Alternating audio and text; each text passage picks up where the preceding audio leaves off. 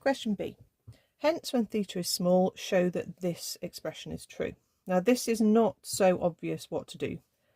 We've just dealt with this expression that's on the bottom of the denominator in part A. So we could replace that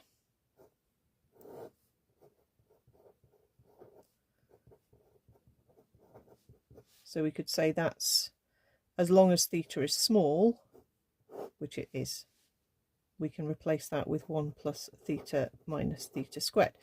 But how are we supposed to get it back on the top? Well, the sneaky trick is that it's the binomial expansion. If you hop the whole of that denominator, sorry, that's a minus, up onto the top and call it power minus 1, we have the binomial expansion.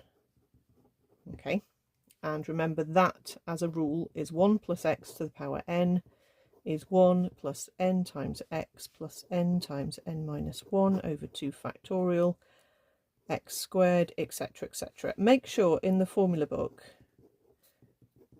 it says 1.2, and the number of times I see people misread that as 1.2 as a decimal and then it all goes wrong, it means 1 times 2.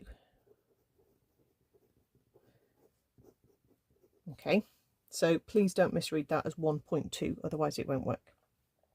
Okay, so at first glance this doesn't really look like it's a binomial expansion because you've got 3 terms, but what you do is you group those together.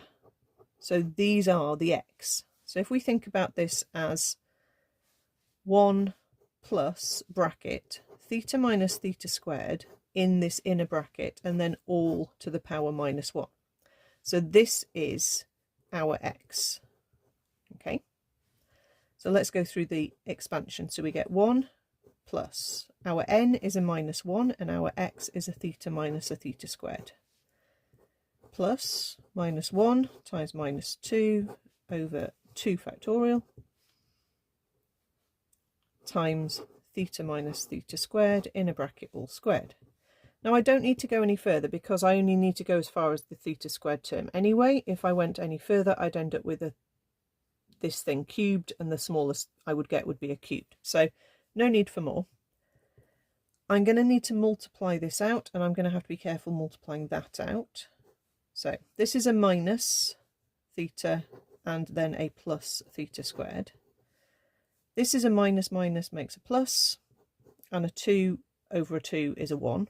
So basically we've just got that all cancels out, but I still need to multiply that out. Let's just write it twice so we don't make a mistake and do FOIL. So that's going to give me a theta squared. I'm going to get a minus theta cubed, another minus theta cubed, and a positive theta to the 4. Now actually I don't need those because of the higher powers, so I can ignore. Okay, so the only bit of that answer I really needed was that one. So let's just join it on, and I get 1 minus theta, and then I've got theta squared and another theta squared, so that's 2 theta squared. And that's what it wanted us to get to. Okay, this pattern 1 plus a theta plus b theta squared. If you really want to, you can write a is minus 1, b is 2, but they don't need you to do that.